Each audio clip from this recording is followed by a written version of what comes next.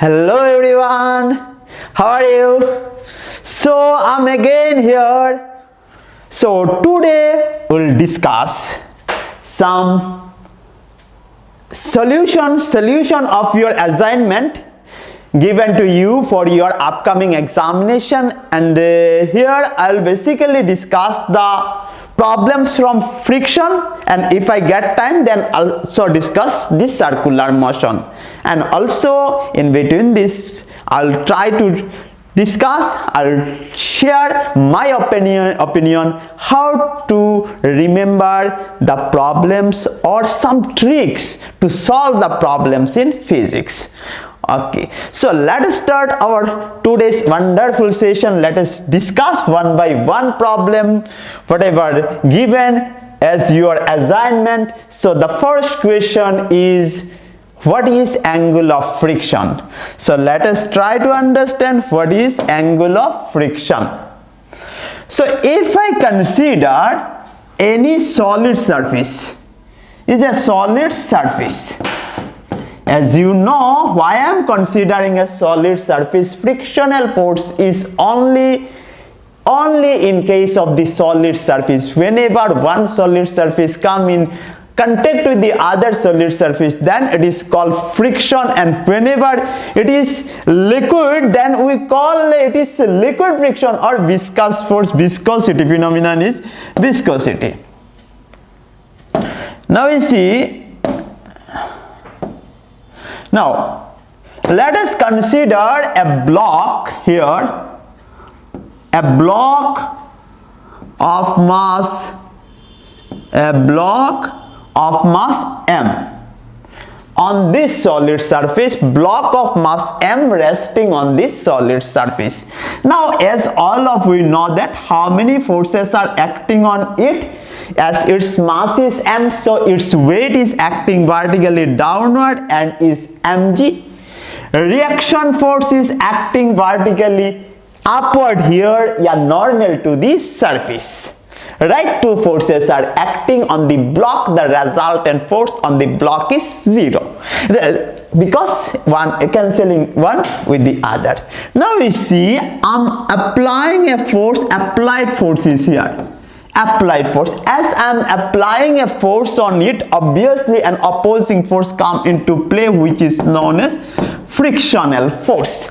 And as applied force increases, frictional force also increases. Applied force increases, frictional force increases, reaches its maximum value, and that maximum maximum static frictional force, which we call the limiting frictional force. To simplify the problem, I'm giving this frictional force here, where or static frictional force, maximum value of static frictional force, which we call also limiting frictional force. So I may give it as limiting frictional force also.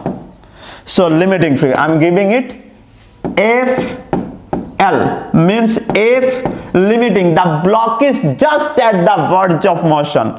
The block is just at the verge of motion. The block is just at the verge of motion. At this point, whatever the resultant of this normal reaction and limiting frictional force, this is the resultant. This is the resultant of normal reaction and frictional force.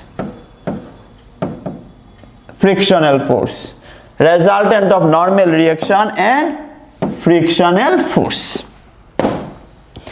makes an angle theta with the normal reaction, which is known as angle of friction. See, what is angle of friction? Angle of friction. So angle of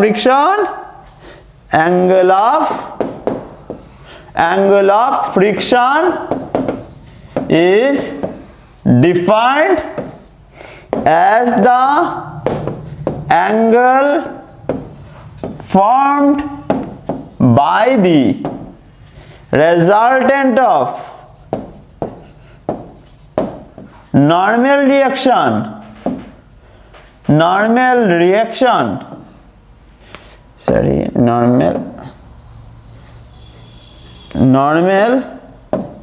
resultant of normal reaction and frictional force.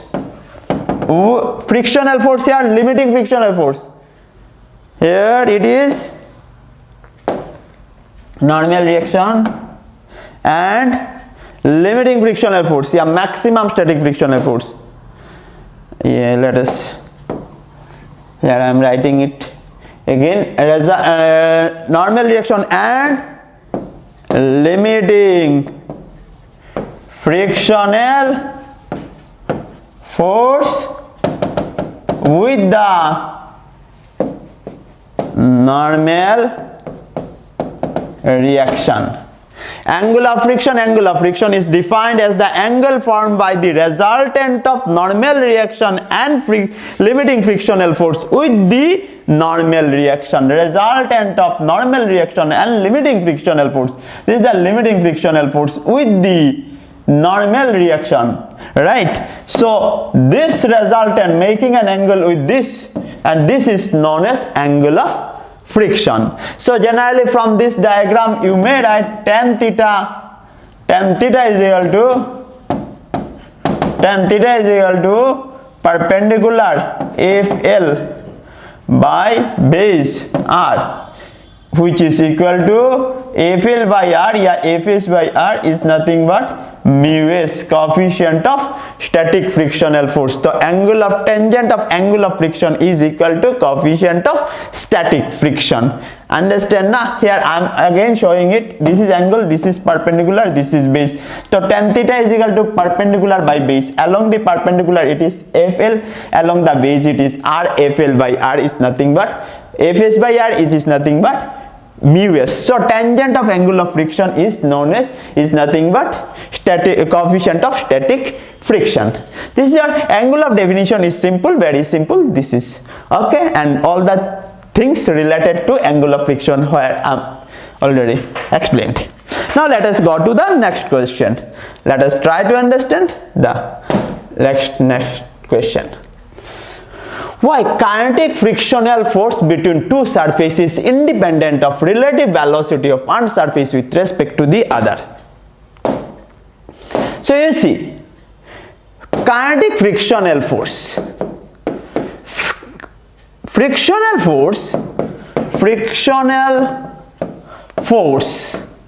depends only on nature of the surfaces in contact and normal reaction of the moving body.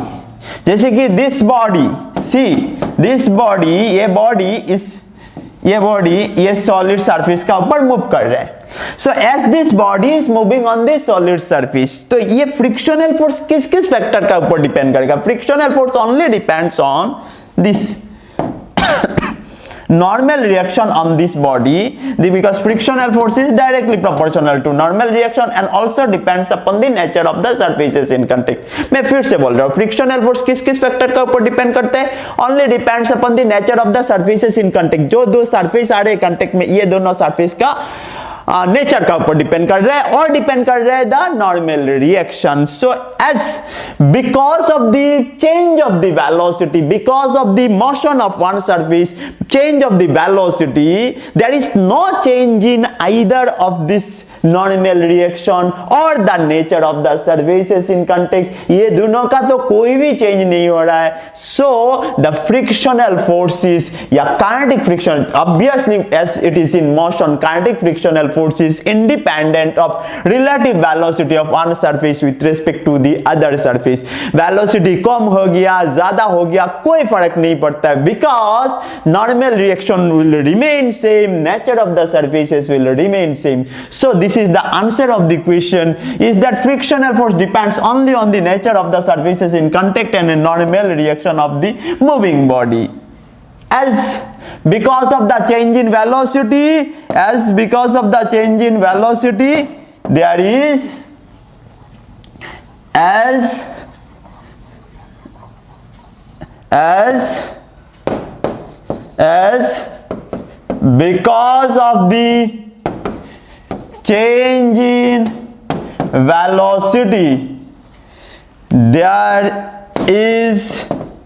neither change in nature of the surface or the normal reaction, and so the frictional force is independent of relative velocity of one surface with respect to the other.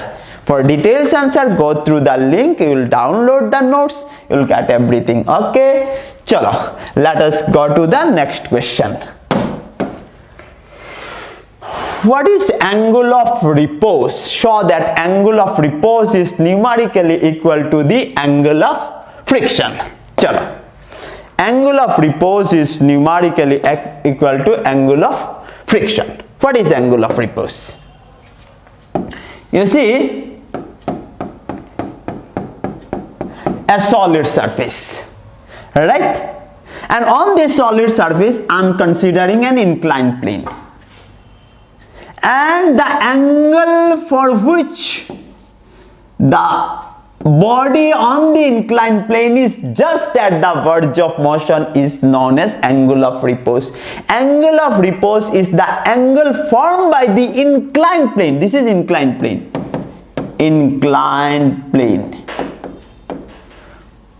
Inclined plane with the horizontal plane, for which the block is just at the verge of motion, is known as angle of repose. I repeat it again, angle of repose is the angle formed by the inclined plane with the horizontal plane, for which the block on the inclined plane is just at the verge of motion, is known as angle of repose.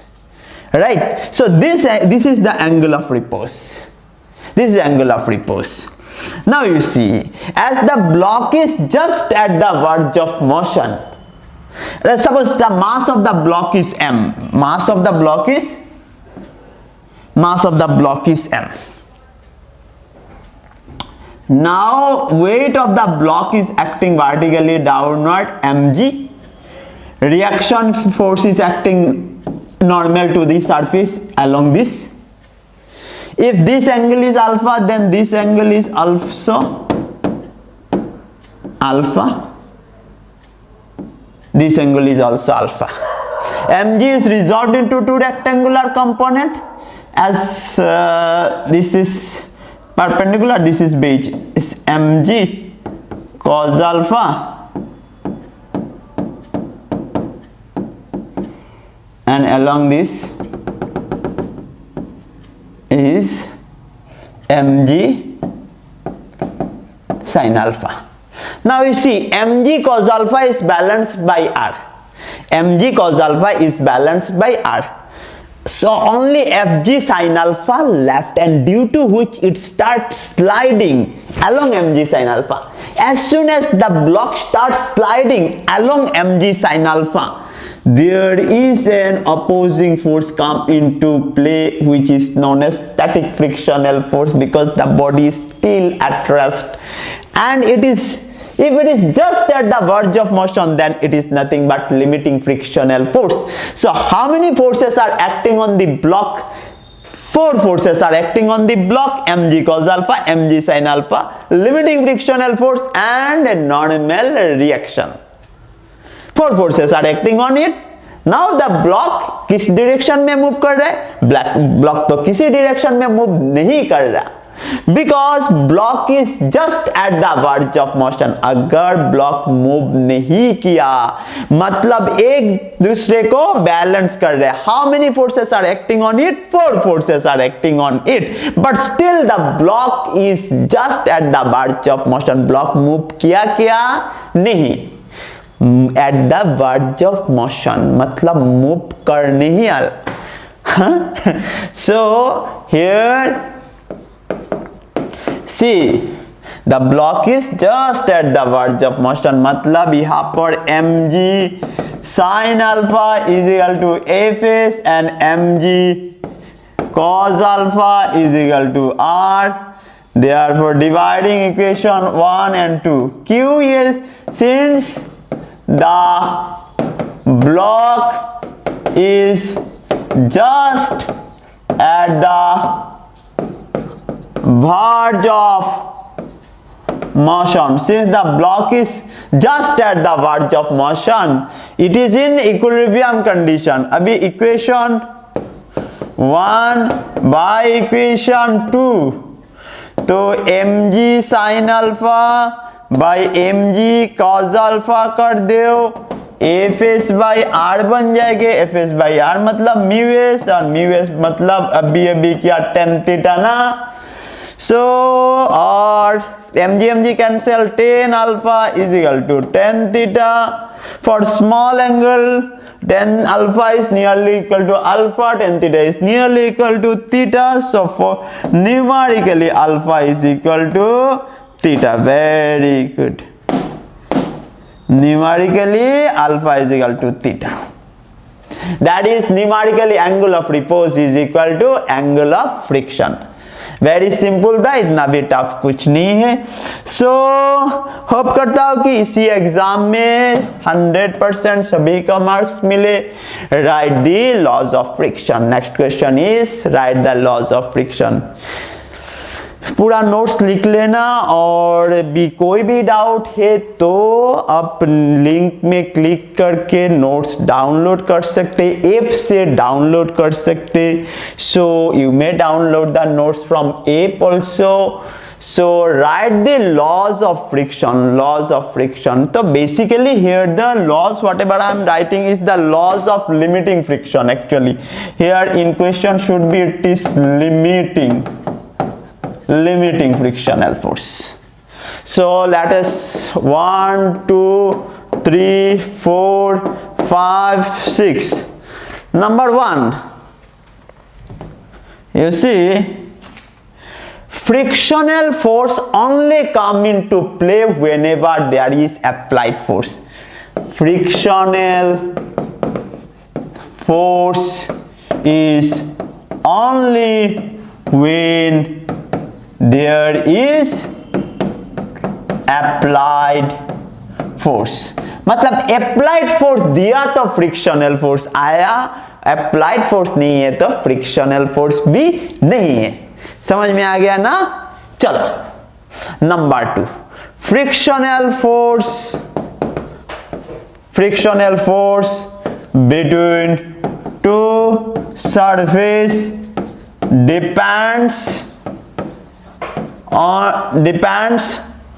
frictional force between two surfaces depends on the nature of the surfaces in contact।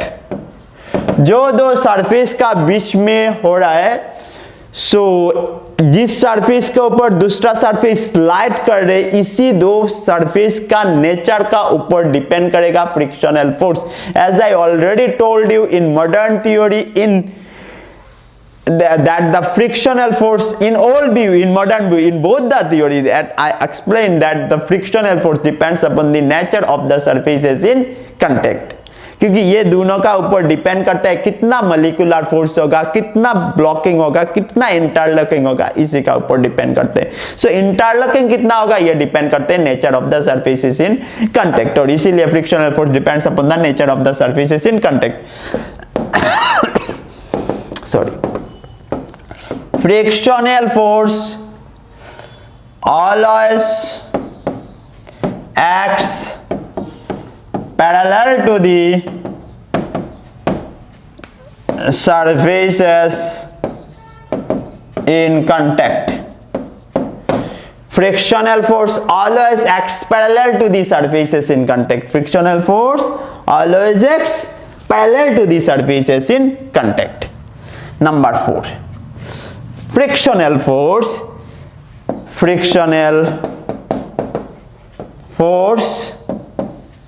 is directly proportional to the normal reaction, that is F proportional to R. सबसे important यही है. Now अभी एक बोलने वाला हूँ कि limiting frictional force जो है, limiting frictional force, limiting frictional force, limiting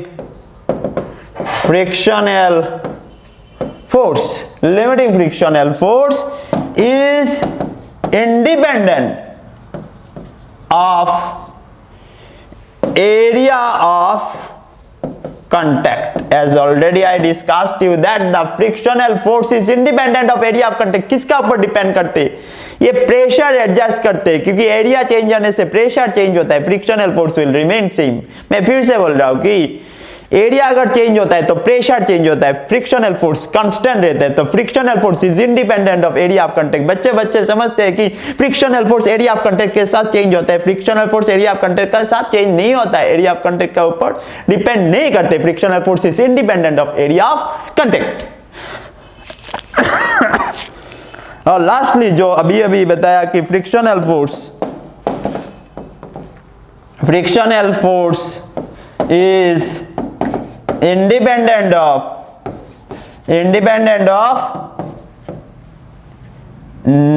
relative velocity of one surface with respect to the other, is independent of relative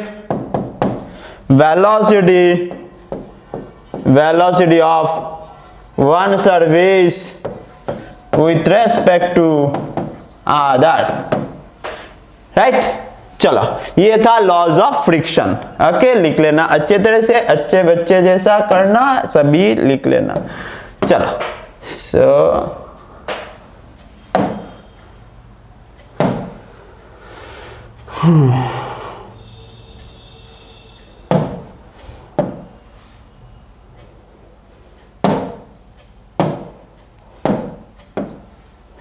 So write some methods of reducing the rolling frictional force. Rolling frictional force good जब करता है तो वो rolling frictional. So ये rolling frictional force. So write some methods of reducing the rolling frictional force. Number 1, अच्छा black से लिख लेता हूँ. 1 2 3 3 लिखा के देता हूँ, समझ जाना अच्छे तरह से. So number one by polishing the surface का मक्खन जैसा बना दो, स्मूथ बना दो. तो अगर स्मूथ बनाओगे ना, इंटरलॉकिंग कम होगा. इंटरलॉकिंग कम हुआ या जो इंटरलॉकिंग कम होगा तो फ्रिक्शनल फोर्स भी कम होगा. तो फ्रिक्शनल फोर्स का कमाने के लिए, रिड्यूसिंग द फ्रिक्शनल फोर्स, इसका मक्खन जैसा स्मूथ बना दो. राइट ना. सो बाय पॉलिशिंग द सरफेस. अभी bye selecting proper material, bye selecting proper material. अभी तुम ऐसा मटेरियल लो ना जिसमें फ्रिक्शनल फोर्स कम हो, because frictional force depends upon the nature of the surfaces in contact. तुम ऐसा सब सरफेस क्यों लेते हो जहां पर फ्रिक्शनल फोर्स ज्यादा है? तुम ऐसा सरफेस लो जिसमें फ्रिक्शनल फोर्स कम होते हैं. तो बिकॉज तो तुमको प्रॉपर मटेरियल चूज करना पड़ेगा जहां पर फ्रिक्शनल फोर्स कम होगा. ठीक है ना. तो frictional bye selecting proper material. और क्या कर सकते हैं कि बाय यूजिंग lubricants लुब्रिकेंट्स ले लो।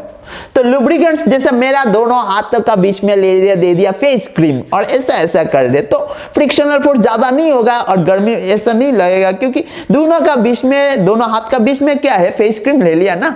हाँ, तो क्या हो गया, तो ये भी जो फ्रिक्शनल हाथ क्रीम और हाथ, तो ये solid surface cream, liquid surface, right ना। तो सॉलिड और लिक्विड का बीच में फ्रिक्शनल फोर्स हो रहा है, तो ये लिक्विड फ्रिक्शनल फोर्स, और liquid frictional force is less than that of the solid frictional force.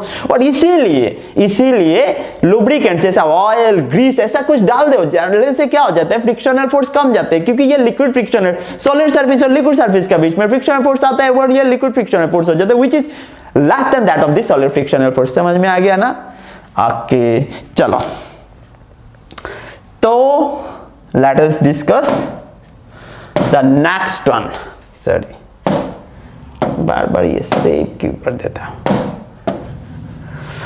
Establish a vector relation between linear velocity and angular velocity. Linear velocity और angular velocity का बीच में relation क्या है, बहुत जल्दी जल्दी मैं बता दूंगा, समझ जाना। So let us consider, ऐसा, मतलब मैं ऐसा ले लेता हूं, ये ऐसा समझ जाए, ऐसा प्लेन है, ठीक है। सो अरबी और सुंदर कर देता हूं थोड़ा सा, ये देखो,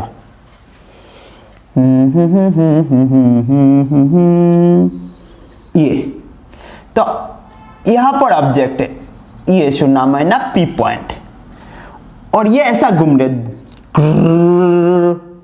तो ये है रेडियस ऑफ द ऑर्बिट, ठीक है ना, ऐसा घूम रहे। और अगर ये रेफरेंस पॉइंट ले लो, ये रेफरेंस पॉइंट है, रेफरेंस पॉइंट है ओ, जिससे पोजीशन वेक्टर है r vector. Position vector of the point P with respect to the reference point O is r vector, और it is revolving in an orbit of radius r। तो ये साहब ने angle बनाया theta, suppose theta angle बनाया standard ये के साथ। I repeat it again, let us consider an object P, let us consider a particle P revolving in a circular orbit. जैसे सर्कुलर नहीं लग रहे, इलिप्टिकल लग रहे, तो तुमको ऐसा झुक के देखना पड़ेगा, ऐसा घूम रहे।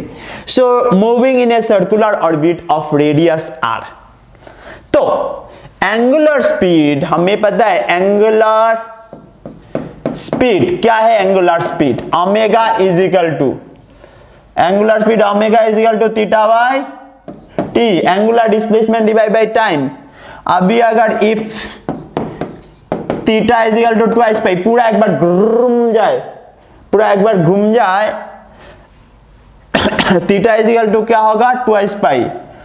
If theta is equal to twice pi, then t is equal to क्या है, इन टाइम पीरियड। एक बार अगर घूम जाए तो क्या होगा, टाइम पीरियड हो जाएगा ना। So for one complete revolution theta का वैल्यू क्या हो रहा है कि ट्वाइस पाई, और टाइम को नाम क्या है, टाइम पीरियड, टाइम का नाम टाइम पीरियड, राइट ना। अच्छा, देयरफॉर नहीं चाहिए ये, अभी नहीं करूंगा, छोड़ो ना ये। अभी एक काम करते हैं, नहीं इसका भी जरूरत नहीं, और भी आसान तरीके से एंगुलर डिस्प्लेसमेंट से कर लेते हैं।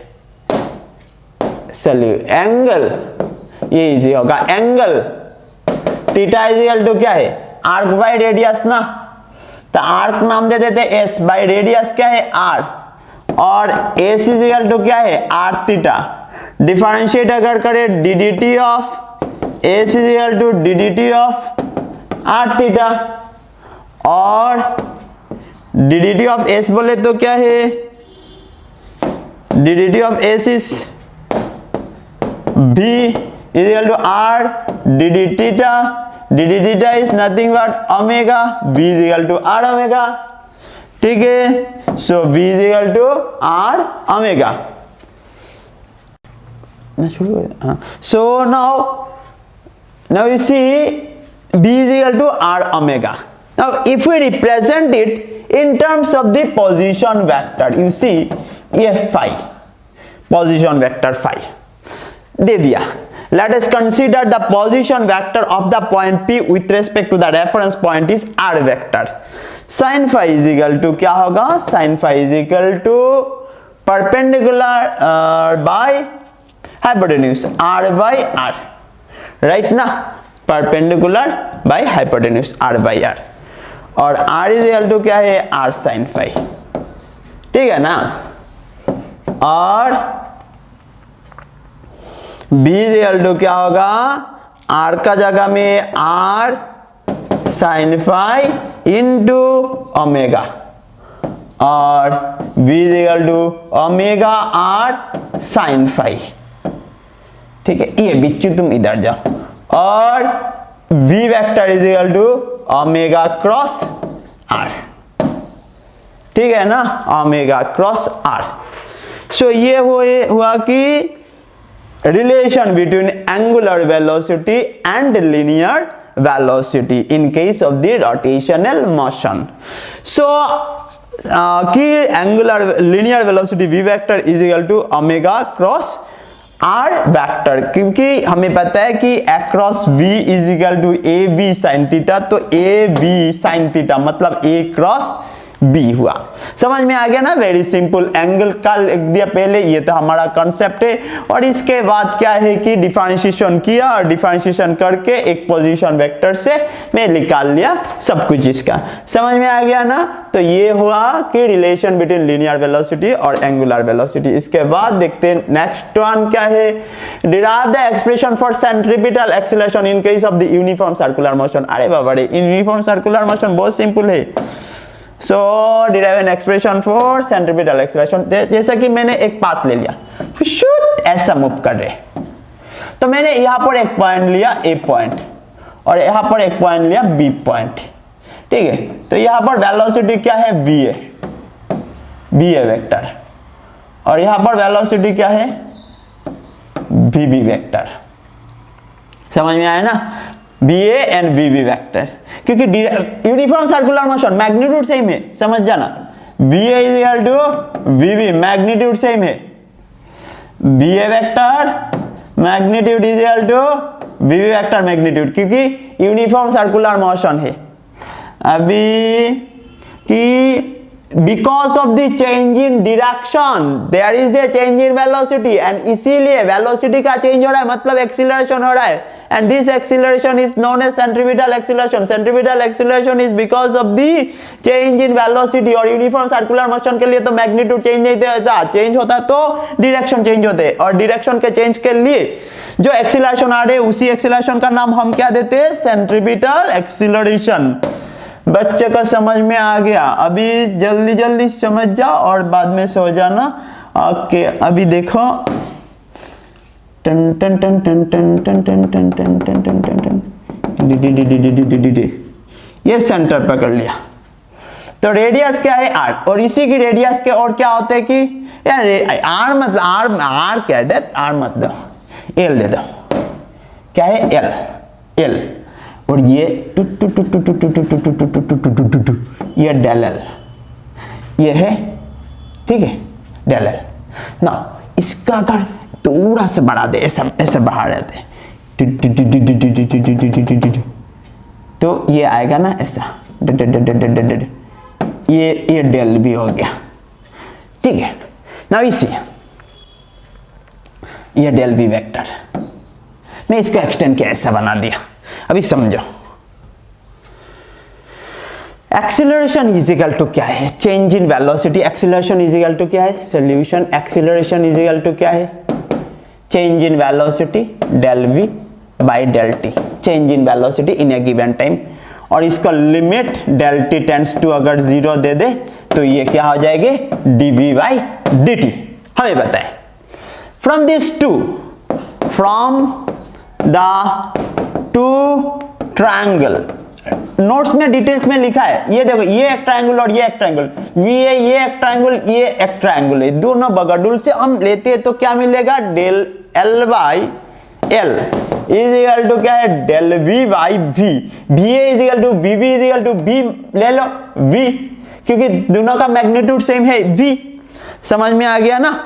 और del V is equal to क्या है, del V is equal to V by L, या नहीं एल क्या आर ही ले लेते, चलो ना क्या है आर ही ले लेते, ये आर कर देते, अच्छा लगेगा, क्योंकि नहीं तो बोलेगा ये एल क्यों लिया, कुछ भी ले सकते, ये रेडियस लेंथ ही तो है। ओके चलो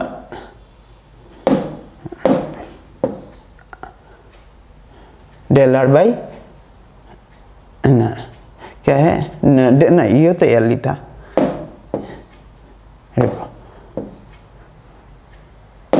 del L by R, del L by R, ये आर दिया था, डेल एल बाई आर और डेल वी बाई वी। अभी del V is equal to क्या है, del V is equal to V by R del L, हो गया ना। तो ये इसको लेके जाते वहां पर, therefore A C is equal to क्या होगा, limit del T tends to 0, del V का जगह में क्या लिखते, वो v बाई एल, अभी del L by del T, ठीक है ना। और A C is equal to क्या होगा, v बाई एल तो आ गया, v बाई एल क्या क्यों लिया, v बाई एल नहीं, वो आर हो जाएगा, v बाई आर, बार बार वही तो बोल रहा हूँ, v बाई आर कर देते, del V is equal to v by R, R कर दिया तो आर, तो v बाई क्या है आर,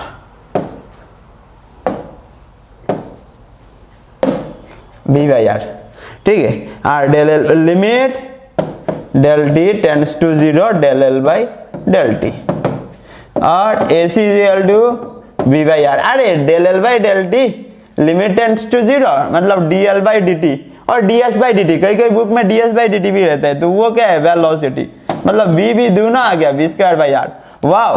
तो acceleration centripetal acceleration is v square by are, और उसी के बाद साथ अगर मास मल्टीप्लाई कर दे तो मिल जाएगा सबसे बड़ा प्यारा सा एक टर्म जिसको कहते हैं हम centripetal force, mv square by आर, समझ गया ना। सेंट्रीपिटल फोर्स क्या, इसके साथ अगर मास को प्रोडक्ट कर दे तो क्या मिल जाएंगे, सेंट्रीपिटल फोर्स मिल जाएंगे। चलो so let us discuss the next one, बड़े आराम से समझ जाऊंगा, कोई भी प्रॉब्लम नहीं होगा।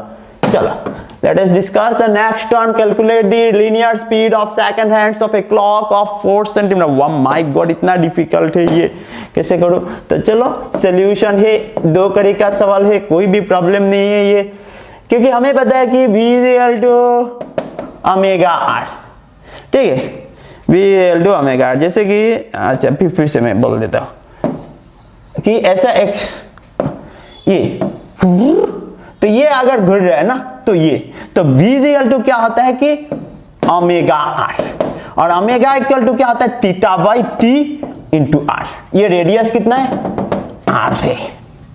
तो अभी अगर पूरा एक बार घूम गया ना तो पूरा सटक गया तो ट्वाइस पाई, और टाइम कितना लगा, ये क्या है कि linear speed of the second hand अगर एक बार कर दिया तो कितना टाइम है 60 सेकंड, कितना चाहिए 60 सेकंड, तो दे दो 60 सेकंड इंटू आर रख दो, ठीक है ना। अभी आर का वैल्यू तो दे दिया, कितना दिया twice pi by 60 into R का वैल्यू कितना दिया 4 सेंटीमीटर।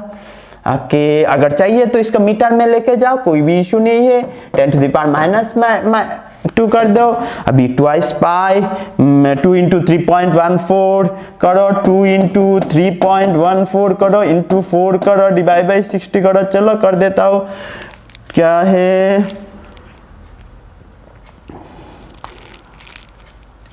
एक सेकेंड, 2 इंटू सभी कर देता हूँ, तुम लोग खुद करना, कैलकुलेटर यूज मत करना। All electronic devices are not allowed, कोई भी चीज एग्जाम हॉल में अलाउ नहीं है इलेक्ट्रॉनिक डिवाइसेस। सो 0.41 तो 0.41 इंटू 10⁻⁻2 होगा अगर मीटर पर सेकंड में करे, और 0.41 होगा अगर ये सेंटीमीटर पर सेकंड में करे। तो अपना मर्जी, जैसा मर्जी ऐसा कर देना, मीटर पर सेकंड में भी रख सकते हैं, सेंटीमीटर पर सेकंड में भी रख सकते हैं। हो गया ना कम तमाम। चलो, ओ माय गॉड, ये क्या है कि show that the safe limit of speed of A car on bank road is this. बहुत मजेदार है ये, चलो समझ जाते हैं। ये बैंक रोड है, तू ऐसा घूम के आया, अभी ऐसे यहां पर रोड बना देता है ऐसा, मतलब इतना टेढ़ा बना है ना रोड। बैंकिंग होता है कि एक साइड ऊपर एक साइड नीचे ऐसा होते हैं। तो यहाँ पर एक कार है, जैसा कि टाटा नैनो आया और नैनो के साथ ड्रॉ करते में, तो ये कार है, ठीक है। तो ये कार नहीं हुआ मुझे पता है, फिर भी मैं ये कार है। तो ये कार का ऊपर इसका वेट तो इधर होगा mg, और रिएक्शन फोर्स ये r, ठीक है ना। और ये वहां से ये एंगल है सपोज थीटा, ये देखो, तो ये अगर थीटा हुआ तो ये भी क्या होगा थीटा, ठीक है ना। अभी या तुम अभी mg is resolved into two rectangular component. mg क्या इधर क्या होगा mg cos थीटा, और इधर क्या होगा mg sin theta. r is resolved into two rectangular component mg cos theta and mg sin theta। समझ में आ गया ना। तो अभी क्या है कि mg cos theta mg sin theta, अभी ये सेफ लिमिट, मतलब सेफली मूव करना है। मतलब यहां पर अगर कोई भी सेंट्रीपिटल फोर्स ज्यादा हो गया तो क्या हो जाएगी, सेंट्रीफ्यूगल फोर्स भी ज्यादा होगा। ये क्या आएगा, सेंट्रीफ्यूगल फोर्स आएगा। तो यहां पर मुझे जल्दी जल्दी खत्म करना है क्योंकि नेक्स्ट क्लास में जाना है, तो मैं खत्म कर देता हूँ। जल्दी जल्दी समझ जाना, डिटेल्स नोट में मिल जाएंगे, मैं बार बार बोल रहा हूँ। तो यहाँ पर डाउनवर्ड ये r और mg cos थीटा एक दूसरे का बैलेंस करेगा। mg cos theta is equal to r, और mg sin theta is equal to क्या है, fc is equal to mv square by r दे दो।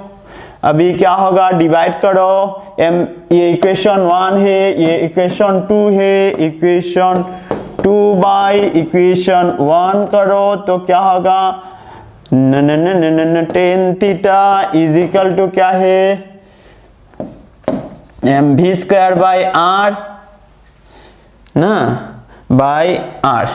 तो r is nothing but mg। या इसको रिजॉल्व कर सकते हो, सिंपल है कि इसको भी रिजॉल्व कर दो ना, r को रिजॉल्व कर दो, r cos theta r sin theta, ये सिंपल होगा तो और भी इजी हो जाएगी। एक सेकंड में करके दे देता हूँ, रुको। हाँ, एक काम करना, और भी सिंपल करके से कर देता हूँ। ये देखो सिंपल हो जाएगी, और भी ऐसा मैप ड्रॉ कर दिया। अभी क्या है कि जैसा ड्रॉ किया था, ये बैंक रोड है, यहाँ पर कार है, ठीक है। तो ये अभी वेट इधर है mg, राइट ना।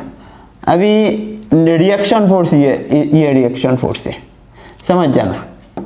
तो ये इसी के साथ एक एंगल बना दिया, ये इसी का दो कंपोनेंट आ गया। तो ये अगर थीटा है तो इधर क्या होगा r cos थीटा, इधर क्या होगा r sin थीटा। तो अभी और इजी हो गया, देखो mg सेम ही है, mg is equal to r cos theta and fc is equal to क्या, r sin थीटा। देयरफॉर अभी r कैंसिल हो जाएंगे, क्या होगा tan थीटा बाई ये इक्वेशन 1 और ये इक्वेशन 2, इक्वेशन 2 बाई इक्वेशन 1। तो क्या होगा tan theta is equal to क्या है, अभी बहुत मजेदार हो रहा है, fc बाई mg। समझ में आया ना। अभी fc तो हमें पता है mb square by r into mg, a में मारा काटो b square by rg tan theta, और v is equal to root over R G tan theta, हुआ ना, ये हो गया आर जी टेन थीटा। ऐसे भी कर सकते हो और पहले वाला जो किया उसी भी से भी कर सकते हैं, ये अप टू यू, कैसा अच्छा लगे, जैसे भी अच्छा लगे वैसा कर दो ना, ठीक है। चलो इसके बाद क्या है कि डिफाइन सेंटर ऑफ मास। तो सेंटर ऑफ मास, कोई भी स्टंट में चले जाओ तो स्टंट इतना फ्रूटफुल होगा, एक्सीडेंट भी नहीं होगा अगर तुमको पता है क्या, centre of mass, where the total mass of the body is supposed to be concentrated. तो centre of mass of any body is defined as the point where the total mass of the system is supposed to be concentrated। जैसे कि मैंने एक ऐसा, ये एक second, ये ऐसा एक बॉडी ड्रॉ किया, तो ये बॉडी का एक पॉइंट होगा जहां पर total mass of the body is supposed to be concentrated and this point is known as centre of mass. ये ठीक है, ये एक पोल से ये हुआ है और इसे पर काट देता हूं तो ये तो इधर ही गिरेगा ना, क्योंकि सेंटर ऑफ मास इधर है। तो सेंटर ऑफ मास का ऊपर डिपेंड करते स्टांट बहुत कुछ है, अगर टाइम मिला तो मैं एक्सप्लेन करूंगा बहुत जल्द ही। सो आज के लिए बस इतना ही। मैं ये बोल रहा हूं कि टिप्स क्या है याद रखने के लिए। फर्स्ट, उसी थ्योरी को अच्छे तरह से पढ़ो और फॉर्मूलास देख लो, पहले फॉर्मूलास बाद में थ्योरीज। मैं बोल रहा हूं क्योंकि थ्योरी से फॉर्मूला एक्चुअल वे है, लेकिन मेरा उल्टा है, फॉर्मूला से थ्योरी। तो क्या रहता है कि फॉर्मूला अगर देख लिया ना तो फॉर्मूला का एक एक टर्म क्यों है ना वो समझ में आ जाएगा याद रखने के लिए। तो याद रखना सबसे जरूरी है। मैं जो जो आज बोला यहाँ से कितना 10 क्वेश्चंस एक्सप्लेन कर दिया, 10 से तुमको 12-13 मार्क्स मिलने वाला है। सब अच्छे तरह से पढ़ो, कोई भी प्रॉब्लम कोई भी डाउट्स हुआ डेफिनेटली मेरे साथ डिस्कस करना, शेयर करना। Okay, thank you very much for listening me. Okay, bye bye.